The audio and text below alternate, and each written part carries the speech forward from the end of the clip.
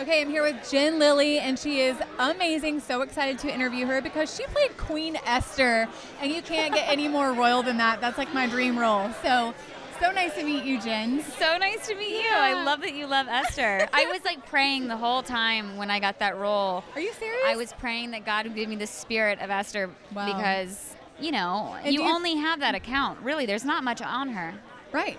And I wanted to do her justice. And do you feel like he I do, provided? because if you ever watch me acting or you watch my interview, I'm super quirky and not at all like her. Not graceful, like not at all. What would you say is the spirit of Esther? I don't know. She was just really peaceful and kind of really, she was, you know, as gentle as a dove, but as wise as a serpent. Right. She had a quiet strength. She had very quiet strength, and I really feel like the Lord gave me that. I mean, I prayed every day, like before every scene. I was like, Lord, please let me do this woman justice. That is exactly why He gave you that role, is because you stewarded it well. Thank you.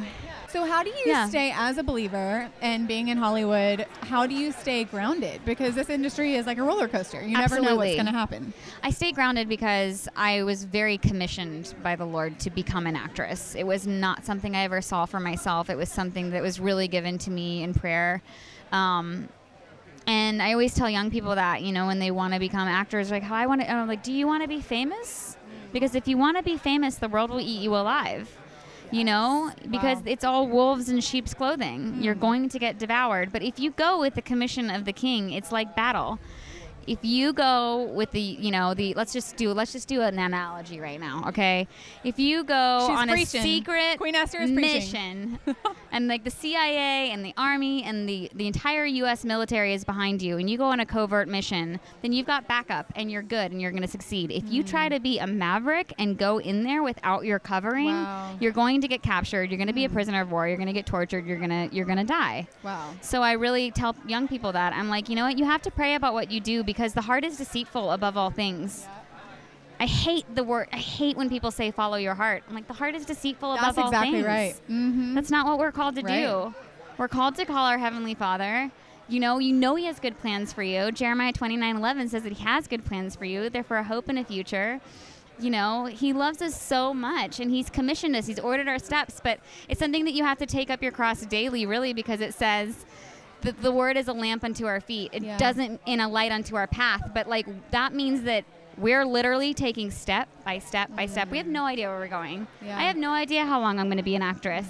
You know, I left Days of Our Lives as a leap of faith because I prayed about it. And it's like, Lord, your will be done. Like, here I am, send me, you know? And for right now, He's like, you're going to keep doing what you're doing, but who knows? You're clearly such a strong woman of God. Thank you. And your career is evidence of that.